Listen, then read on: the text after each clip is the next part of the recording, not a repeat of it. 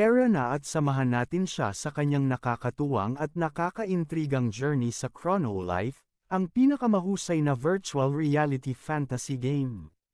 Isang baguhan siya sa laro at tinanggihan ng mga grupo dahil sa pagiging noob.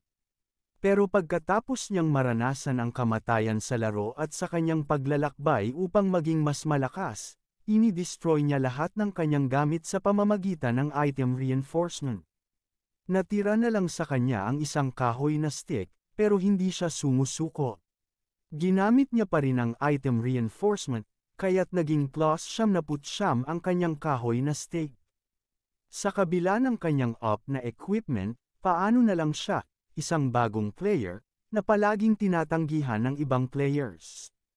Kahit na naglaan siya ng pera para sa kanyang equipment, napunta siya sa isang alanganin na sitwasyon. Pumapasok o bumubuo ng party, nagre-rant siya ng malakas na narinig ng lahat. Pero biglang, may atensyon siyang na-attract isang cute na may light pink hair. Nagtanong ng maayos ang cute player kung pwede silang mag-party at mag-farm sa laro. Napaisip siya mula sa pagmumura ng laro at biglang naging sobrang pabor sa laro. Nagsimula ang bagong player at ang kanyang party companion ng kanilang journey sa kagubatan, kung saan ipinagyayabang niya kung paano siya kumita ng pera mula sa kanyang mga magulang at nagamit ito para sa kanyang 55,000 won beginner warrior package. Wounded siya ngunit hindi siya isang sugatan na noob. Sa paglipas ng oras, nagsimula siyang magkaroon ng mga pangarap. Ini-imagine niya ang kanilang paghalik, pagiging magkasintahan, pag-aasawa, at kung ano-anong pang pangalan ang ibibigay nila sa kanilang anak na babae. Sa kanyang isipan, ang kinabukasan ay malinaw na nakatadhana.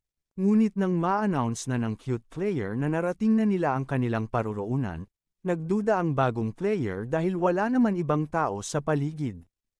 At bigla na lang, inatake siya ng cute player. Isang saksak sa dibdib, at nadismaya ang bagong player. Ano ba to? Ang cute na player pala ay isang mang-aabuso. Palabas ang totoo, niloko siya ng cute player at dinala sa gitna ng kagubatan para patayin siya. May pa-pretty face na kasamang pananakit ng damdamin, verbal abuse, at kahit na nadamay pa ang mga magulang ng bagong player. Nagwala ang bagong player, nagmura, at nagamit ang mga kakaibang skills sa laro kasama na ang Arbol of the Belt Slash. Pero sa kabila ng lahat, nakuha pa rin siyang hiwain ng cute pero malupit na player. Biglang nag-appear ang game interface, nag-sign na ang quest, at nagbago ang hitsura ng cute player patungong hidden job class na Goddess of Life, para sa pagpatay ng libo-libong tao. Sobrang barbaro, di ba? Iniwan siya ng noob na mag-isa at napagtanto na sa laro na ito, ang tanging may lugar ay ang malalakas. Nasa safe area na siya at nagmumuni-muni sa lahat ng nangyari mula noong simulan niya ang laro. Umiiyak siya ng malakas at napagpasyahang i-reinforce ulit ang kanyang equipment, simula sa kanyang +3 Knight's two-handed sword. Pero, ayon, biglang klang. Nawasak ang kanyang item. Item reinforcement nga pala, mabilis nga, pero malaking sugal. Ginawa niya ito sa lahat ng kanyang gamit, at ini-destroy lahat. Well, ang sabi nga, sa Chrono Life, only the strong survive. Mukhang mahirap maging mahina sa larong ito. Kaya, anong susunod na gagawin ng ating noob na player? Magpapatuloy kaya siya o sisuko na? Abangan ang mga susunod na kabanata ng kanyang kwento sa Chrono Life. Talaga nga naman, sayang ang $55 na yon. Iniisip ng noob na dapat na niyang itapon ang lahat at huminto na. Pero biglang may nagtapon ng kahoy na stick sa kanya, isa itong pang-umpisa at napakaluwang na weapon para sa mga baguhan. Wala nang ibang magawa, sinubukan niya ang item reinforcement sa kahoy na stick, at nagtagumpay. Binayo niya ito ng ilang beses, at sa bawat paghamon, reinforcement successful. Iniisip niya kung bakit ito gumagana lamang sa bagong item. Inisip niyang malapit nang bumigay ito. Pero tuloy-tuloy pa rin siya hanggang sa magtagumpay sa +99 na reinforcement. Ang ating MC, sobrang gulat sa nangyari. Pero, oo nga pala, hindi nga niya dapat itinapon ang kanyang wooden stake. Subalit, sa kabila ng kanyang tagumpay, biglang nawala ng hawak si Noob sa kanyang wooden stake. Napansin niya ang pagbagsak nito sa lupa. Boom! Ang lupa ay nagugunaw, naglindol, at nagdudulot ng kaguluhan. Lahat ay nagulat at nagpanik, iniisip na may malakas na event sa kalapitang lupa. Ang kontinente naghiwalay sa dalawang bahagi dahil sa nangyaring ito. Ang isang simpleng pagkakamali ay itinuring na isang atake sa laro. Napatay niya ang 850,617 na manlalaro sa isang maliit na tama lamang. Ang reputasyon niya ay bumaba, at ang mga player ay nagdududa na siya'y nag-aaksaya ng buhay sa laro. Ngunit ang noob, nagngingitian at tumatawa. Iniisip niya ang mga sinabi ng ibang player na minura siya gamit ang kanyang wooden stick. Nakakakita siya nito bilang pagkakataon para turuan ang lahat ng leksyon. Ang MC ng kwentong ito, isang karaniwang tao na iniisip na siya'y walang halaga. Isang noob sa laro na ngayon ay may hawak na kamanghamanghang wooden stake. Naglakad siya sa mga kalsada na naka-undies lang, may balabal para itakpan ang kanyang katawan. Biglang may lalaking dumadaan at nagsimula ng gulo. May babae na nagtatangkang pigilan ang kasama niyang may magandang paraan pero nakakairita. Siyempre, mali yung side characters. Laging ganyan ang mga side characters. Kapag nasasaktan ang main character, ang noob, gamit ang kanyang wooden stick, bumomba niya ang ulo ng big guy player. Boom! Isang malupit na pagsabog, at lahat ng nakakita ay nagulat sa kanyang up na weapon.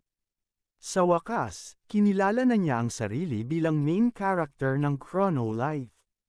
Biglang may nag-warning na lumabas na nagsasabing ang kanyang weapon ay malupitang nasira.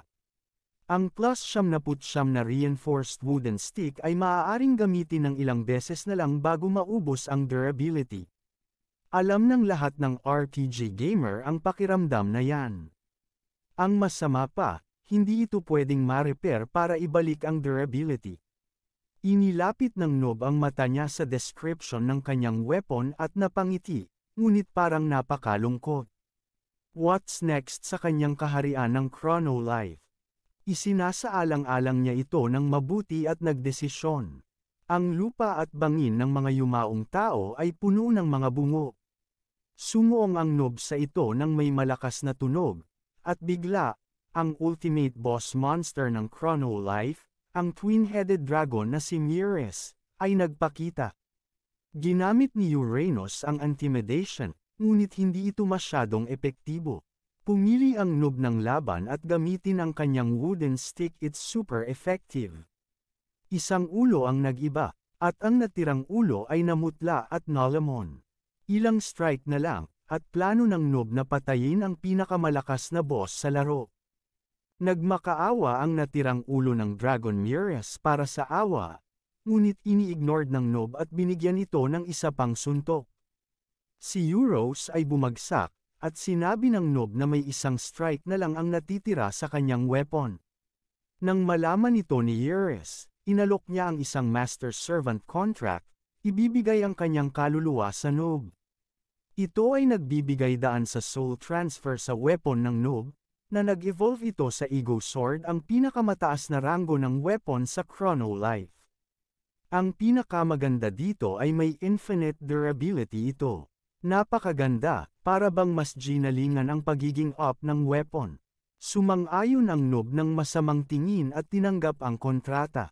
Sa isang pagkilos ng kulay lila, iniwan ni Euros ang kanyang pisikal na anyo at inilipat ang kanyang kaluluwa sa kahoy na stick. Tinanggap ng weapon ang ego rank at naging simbolo ng kahit na anong pagtatangka ang infinite durability. Sa pagpayag sa kontrata, nakuha rin ng noob ang Euros Legend, at sila'y nagsumpa ang magtagumpay sa kanilang misyon na makamit ang hinihingi ng kanilang master sa ibang bahagi ng Chrono Life. May mga tao naman sa ibang lugar ng Chrono Life na nagtitipon sa pantaha sa paglabas ng announcement para sa isang SS class na bounty na inilabas nationwide.